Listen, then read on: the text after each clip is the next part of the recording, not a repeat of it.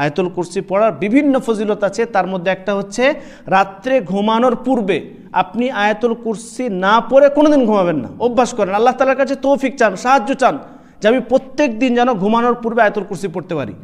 কারণ আয়াতুল কুরসি যে ব্যক্তি রাত্রে ঘুমাবার পূর্বে পড়ে নেয়, আল্লাহ রসুল বলছেন সাল্লাল্লাহু আলাইহি ওয়াসাল্লাম, সেই ব্যক্তির জন্য, যিনি আয়াতুল কুরসি পড়ল, সেই ব্যক্তির জন্য আল্লাহ সুবহানাহু ওয়া তাআলার পক্ষ থেকে একজন রক্ষক ফেরেশতা নিযুক্ত করা হয়। সুবহানাল্লাহ।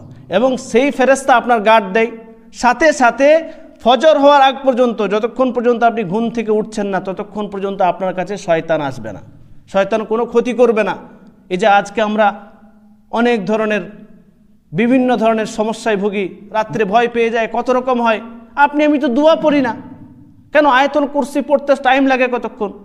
আয়াতুল কুরসি পড়ে ঘুমান, বিশ্বাসের সাথে পড়েন যে এই আয়াতুল কুরসি, সুবহানাল্লাহ, আয়াতুল কুরসির পাওয়ার দেখেন যে আয়াতুল কুরসি যিনি পড়লো তার জন্য একজন নিযুক্ত করা হলো ফেরেশতা, রক্ষক ফেরেশতাকে নিযুক্ত করা হলো, এবং সেই ব্যক্তির কাছে শয়তান আসবে না। সুবহানাল্লাহ। ইনশাআল্লাহ আমরা প্রত্যেক দিন আমল করার চেষ্টা করব।